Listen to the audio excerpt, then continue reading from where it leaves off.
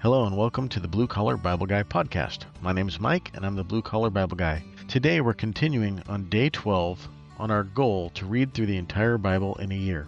And we'll be covering Genesis chapters 35 through 39. These chapters don't give us a clean inspirational storyline. They give us something far more honest. What we see here is God at work in the middle of broken families, moral failures, grief and loss, betrayal, and unfair treatment. In other words, real life. If you've ever tried to do the right thing and still felt like life got harder, if you've ever looked around and wondered why others seem to move around faster while you're just trying to stay faithful, these chapters are for you. Genesis 35 through 39 reminds us that God's promises don't move forward through perfect people or easy circumstances. They move forward through repentance, endurance, and faithfulness when no one's watching. So let's get started. So to begin with, we'll look at Genesis 35, returning to God in the middle of life. And our key verse is Genesis 35:9, where it says, "And God appeared unto Jacob again and blessed him." Here we see Jacob finally returns to Bethel, the place where God first met him.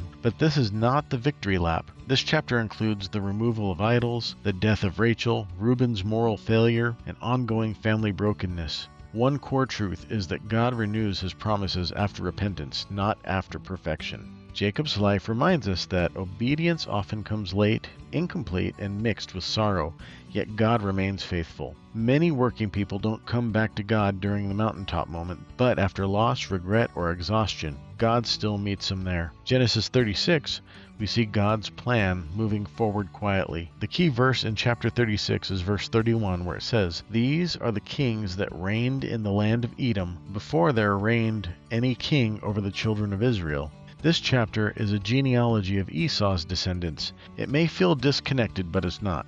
The text is written with hindsight, showing that Esau's line developed structure, territory, and leadership long before Israel ever would. At this point, Israel is still just Jacob's family. One core truth is that God's covenant plan does not depend on speed, visibility, or early success. Edom grows quickly, Israel grows slowly, but God's redemptive work is moving quietly beneath the surface. Don't measure God's faithfulness by how fast life comes together. Genesis 37 is when God's calling creates some conflict. The key verse in 37 is verse number 8, where it says, "And they hated him yet the more for his dreams." Joseph is given dreams from God, but he lacks maturity. His brothers respond with jealousy and cruelty. He is betrayed, sold, and erased from the family. One core truth in this chapter is that God's calling does not protect us from suffering, and immaturity can complicate a real calling.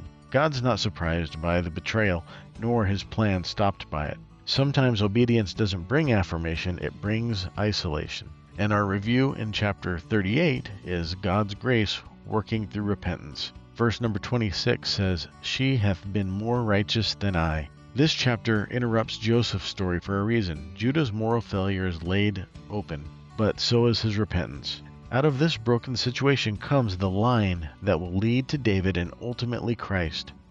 A core truth is that God's redemptive plan is not derailed by human failure, but it does require humility and repentance. God does not excuse sin, but he does redeem repentant sinners. And in chapter 39, faithfulness in unjust circumstances. The key verse is verse 21 that says, "But the Lord was with Joseph."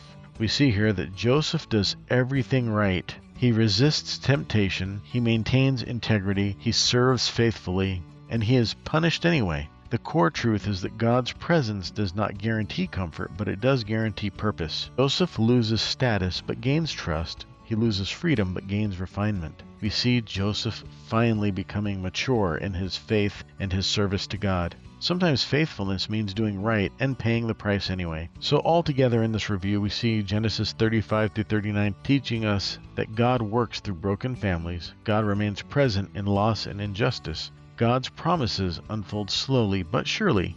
Faithfulness is often not flashy, but it is steady, quiet obedience in hard places.